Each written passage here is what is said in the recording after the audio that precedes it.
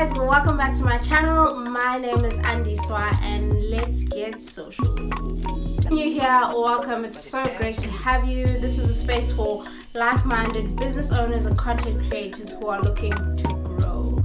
I publish new content every week, so if you haven't done so already, you're going to want to subscribe.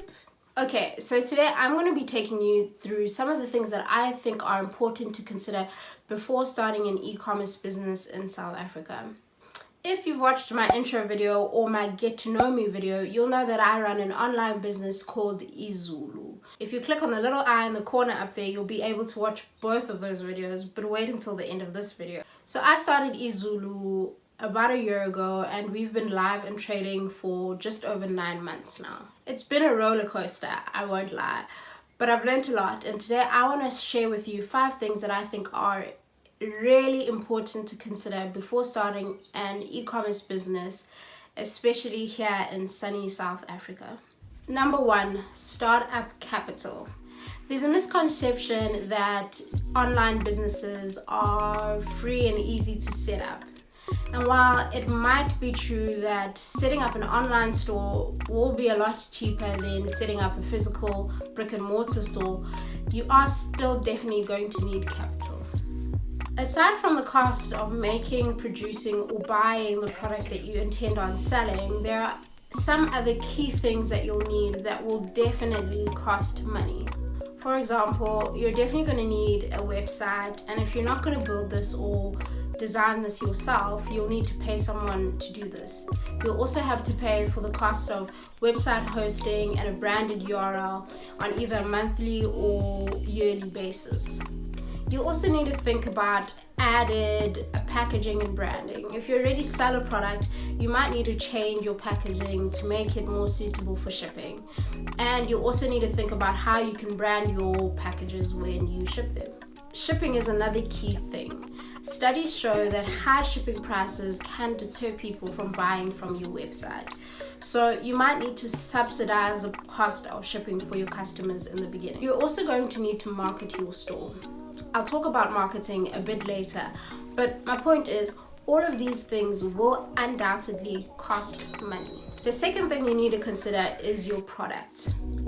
Before you build an online store and ask people to spend money on your product, you need to ask yourself, is this something people need? Is this something people want? And is this something people would actually purchase online? And you need to make sure that the answers to all of those questions is yes.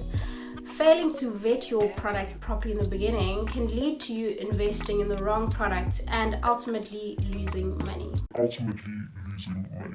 The third thing you need to consider is marketing. And guys, marketing costs money.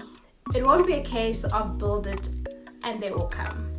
You're going to need to invest some time into building marketing strategies to build trust, drive traffic to your online store, and then convert people into buyers and convince them to buy into your brand.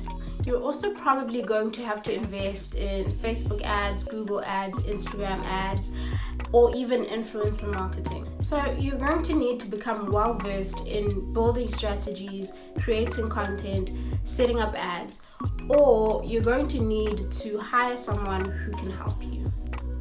The fourth thing you'll need to consider is your method of fulfillment.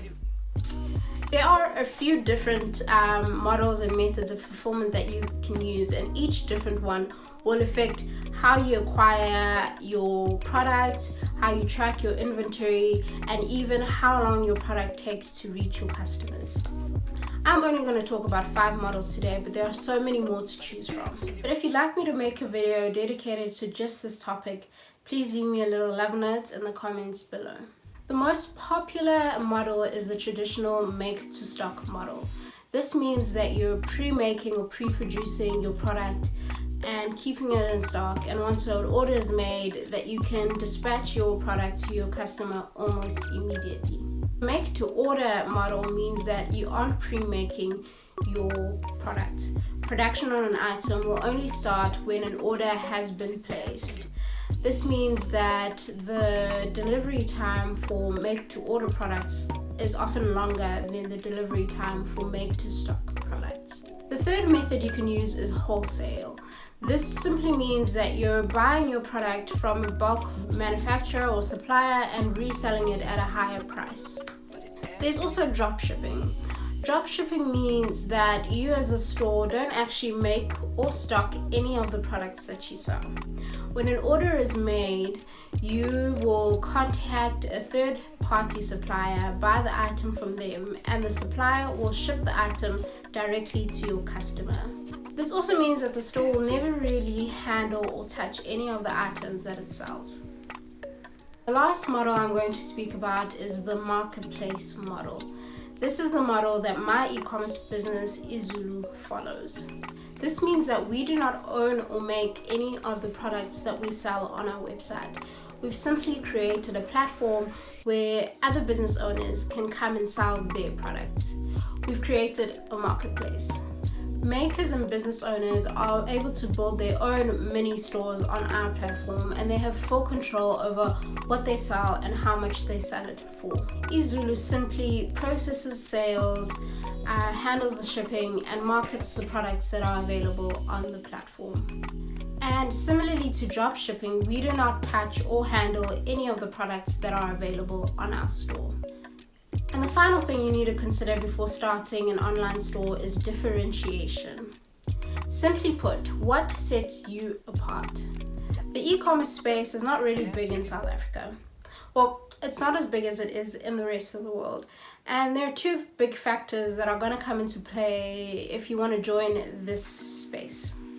Firstly, the majority of South Africans don't have access to data, and if they do, they're not using it to shop online. Those who do have access to data and are shopping online are probably a little bit wary of the whole giving your money to the internet thing, and are more likely to turn to bigger, more established brands when doing their online shopping. And that leads me to the second big factor, and that is that the e-commerce space in South Africa is largely owned by big established brands, the likes of Takealot, Superbalist, Spree.com. And these are all great platforms. I myself probably spend way more time than I should on Superbalist. My point is, if you're going to be successful in the e-commerce space, you're going to need to stand out. So you need to think about what value your product or your service adds, and you need to decide what your special thing that's going to prompt people to choose you is going to be. For instance, what's unique to iZULU is that everything that's sold on our product is 110% locally and ethically produced. We really have a heart to empower local makers, and that's been our goal. So you need to decide what your thing will be, and most importantly, you need to live up to it. Okay, that's it.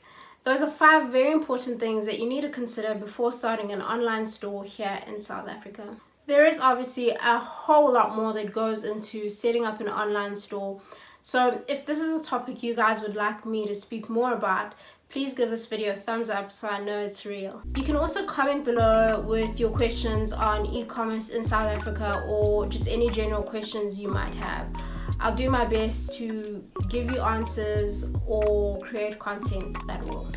If you haven't yet checked out iZULU, please go ahead and do so. We have tons of great local products on offer.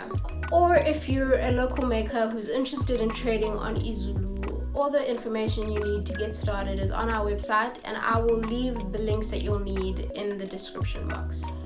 And finally, thank you so much for watching until the end. Please don't forget to like, comment, and subscribe. I'll see you again soon.